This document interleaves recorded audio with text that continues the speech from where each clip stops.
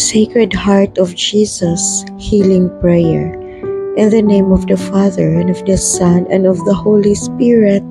Amen. Sacred Heart of Jesus, I pray for your healing touch upon my body, my mind, and spirit. I humbly ask you to remove any fear or anxiety. Fill me with the peace that you alone can give.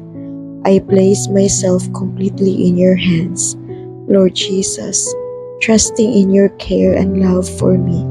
May my recovery be swift, my strength renewed, and my health restored. I lift up all my afflictions in your hands, Lord, for you are the divine healer with divine mercy. Sacred Heart of Jesus, I trust in you completely. Amen. In the name of the Father, and of the Son, and of the Holy Spirit. Amen.